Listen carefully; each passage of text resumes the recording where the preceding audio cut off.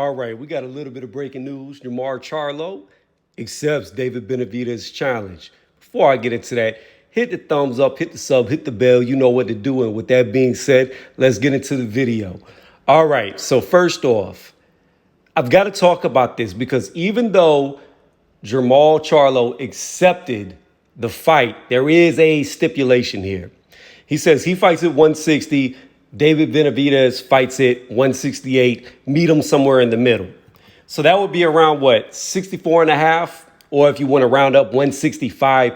The issue with that is the fact that it is easier to put weight on than it is to take it off. What I mean by that is it will actually hurt you more to diet down to a certain weight than it will to blow up to a certain weight. Now, adding weight can make you slower because you're not used to carrying that much weight. And it can also make you tire faster because, again, you're not used to carrying that much weight. But we're not talking about a lot of weight being put on.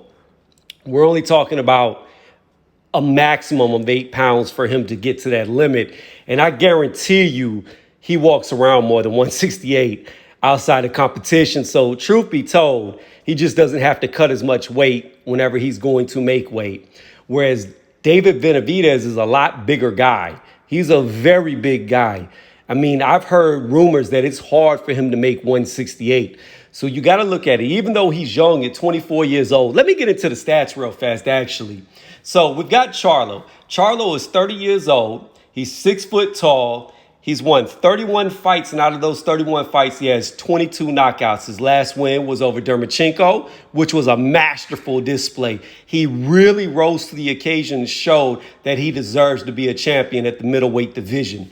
However, you've got on the other side a 24-year-old in David Benavidez, who's had 23 fights, and out of those 23 fights, he's knocked out 20 people. Now, I won't talk about his past fight, but he does have a fight coming up in, I believe, March against Ronald Ellis. So David Benavidez said he'll fight Charlo after that match, assuming that he wins, which he should win. But what I was alluding to is the thing about, let me say their heights too. I don't know if they said their heights. Charlo is 6 foot, Benavidez is 6'1" and a half. So they're not that much difference in height, but reach is a huge difference. Charlo has very short arms, in my opinion, for somebody who's 6 foot tall with a 73.5-inch reach, whereas Benavidez has very long arms for somebody 6'1" and a half at a 77-inch reach. So he's got extremely long arms. The reach will be on his side, and more than likely the power will be on his side. I think Charlo is faster with his hands, so Charlo does crack pretty good, and I think the hand speed difference will be a big determinant factor in this match. Now, again, let's get back to the point that I was trying to get to before I got sidetracked. It's easier to take weight off and put it back on when you're young, but if you're already struggling to make 168, trying to go below where you're struggling, you may run into being weight drained. And whenever you get weight drained, your age doesn't matter. You can end up looking like Chad Dawson against Andre Ward. You just take too much off and you can't perform. And that's where it's risky here. I mean, you've got two guys who are undefeated. And the thing with Benavidez is he's been a champion more than once, but he's lost his belt, whether it be to cocaine or he didn't make weight. So both guys are supposed to be champions, should be champions. Currently, Canelo Alvarez has the belt that David Benavidez gave up, which I believe was the WBC belt, if my memory serves correctly. So, again, I think it makes for a very interesting fight because you're going to have the size, the power on the side of Benavidez for sure. But Charlo is not a weak man himself. He's pretty decent in strength, and he's got a lot more speed. And the way that he figured out Dermachenko shows that he's very thoughtful in there, that he has a good ring IQ. And I don't know if he's ready to step up to Benavidez next. I think another skillful type fight. I really think that Charlo should be targeting for like a Triple G type fight, or if he is going to step up in weight, go for a Daniel Jacobs. I think that it would benefit him more to have a guy in front of him that he's got to think how to break them down, how to beat them and beat them to the punch and work around their guards. You know, the Triple G fight, Triple G's on, his twilight of his career. And it's a fight that really could pass the torch to Charlo if he beats him, which at this point, I think he should. I think if Charlo can drag it out late, I think he should beat Triple G. He's just got to be able to survive him for the first few rounds. And also Triple G will get him ready for real power shots that Benavidez is going to put on him, because Benavidez is going to hurt him with a lot of shots that he's going to throw. So fighting a guy like Triple G is going to get you ready. It's really going to get you ready for being able to be more durable for them hard shots because you're used to taking them from that fight. Whereas a Daniel Jacobs, again, Daniel Jacobs is going to be more skillful with his attacks. He's going to change up his levels. He's going to change up his angles. And that, again, will help Charlo with a mental breakdown of his fighters so that when he gets Benavidez in front of him, he can outthink him, because he's going to have to rely more on just speed to beat him, because the guy is going, like I said, be bigger, stronger, and more physical in there. So you've got to be able to think around him and set him up in traps and be able to get out before you get caught. So again, I think Charlo needs to have another hard fight another skillful fighter before he gets in there with a guy that much bigger than him.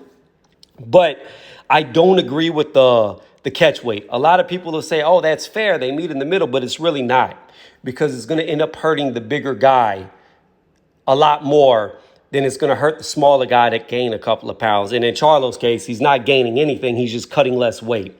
So I don't ever agree with catch weights that are lower. That's my only thing. If you want to fight him to where he naturally fights. If 168 is where he fights, fight him at 168. If you don't feel like you can beat him at 168, then don't fight him. But I take a lot away from a guy beating a guy who comes way below where they fight, because 4 pounds in boxing is a lot, especially when you're not used to taking off that 4 pounds, especially if your body's limit is 168 and now you're going 4 pounds below your limit. Say 4 to 3 pounds or 3 to 3.5 pounds. It's still a big deal when you're dehydrating yourself that much more. Now, at 168, I think Benavidez currently has a huge advantage. But again, I would not count Charlo out, because he has shown the ability to adapt, think, and I think his intelligence is higher than Benavidez, where Benavidez to me is just more physical. And, if anything, Floyd Mayweather proved to you that a smart fighter can beat a physical fighter every day of the week. Now, I'm not saying Charlo's on that level yet, but I have nothing bad to say about either Charlo twin. Nothing bad, because they have both stepped up to the plate. They both have taken on challenges. Yes, you could talk about the history of them, but we don't come back to the history. We come back to the present and what they're doing now and what they're looking to do in the future. And for me, it's bright for them. And I'm impressed. I'm very impressed with how Charlo broke down Dermachenko. That was a fight that I did not expect to go the way that it did. And he impressed me. So by that, I give him a chance. It's just, I don't think the time is right to fight Benavidez. If anything, Benavidez is the young guy. He's got all the time in the world. Charlo's the older guy at 30. So his time is more limited, but he's not old. The heavier you get in weight, the older you see guys be able to fight. When you get down to the real little guys, like say lightweight and below, the thing is, that is a very fast twitch, speed reliant divisions. That's why you don't see guys into their early to mid 30s. It's whenever they're like old men, because the first thing you lose is speed. Well, if you're in a division that's full with nothing but speed, if you start half stepping, then you can't compete. So that's why the longevity of the little fighters is not normally as long as it is with the bigger guys, because although the bigger guys can be fast, it's not as driven on pure lightning speed. You don't have to be like a little gnat shooting around the ring. So again, Charlo's got time, especially as he's stepping up in a bigger class to where the guys aren't going to move as quickly just because of the mass and the size and the length. So I think it's a good fight.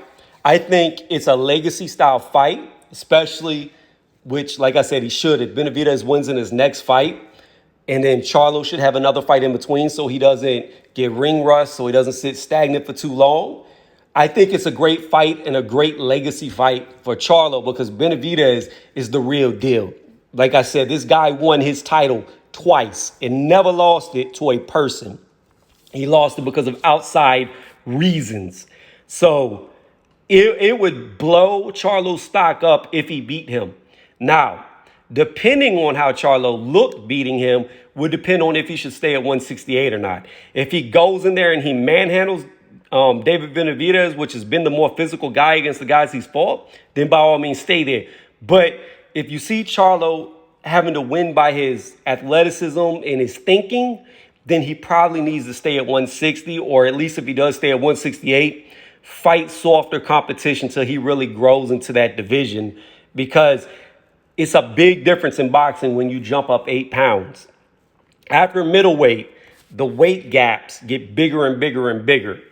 So what I mean by that is, well, we don't have to get into that. But anyways, so the bottom line is I think it makes for a great fight. I don't know if the timing is perfect, and I really would not recommend Benavidez to go down lighter, being that he's already missed weight on the scales at 168. So overall, I like the fight. I think it's a great fight. I think for Charlo, he needs at least one fight beforehand and then take him on if he's going to fight him. For Benavidez, he's ready to fight him. I just don't feel like he should fight him at 164, 164 and a half, or 165, depending on wherever they want to meet. I think it should be strictly, no, if you're going to fight me, it's going to be a 168. I'm not going to weight drain myself. You're going to beat me at my best if you can beat me at my best. And that's how I see it. But I give Charlo all the credit in the world for at least throwing it out there that if Benavidez was willing to come down and meet him halfway, that he would fight him. I give him all the credit in the world. I just, watching as many fights as I've seen and being around fighters and seeing what weight loss does to a body and experiencing it myself, we don't add it, I just would not recommend it. That's all I'm saying. I'm not saying that Benavidez, he may be able to get down to 164, 164 and a half, 165 and be 100% okay. But at the same time, like my example of Chad Dawson, he may look like that, or he may look like a Kell Brook. You don't want that.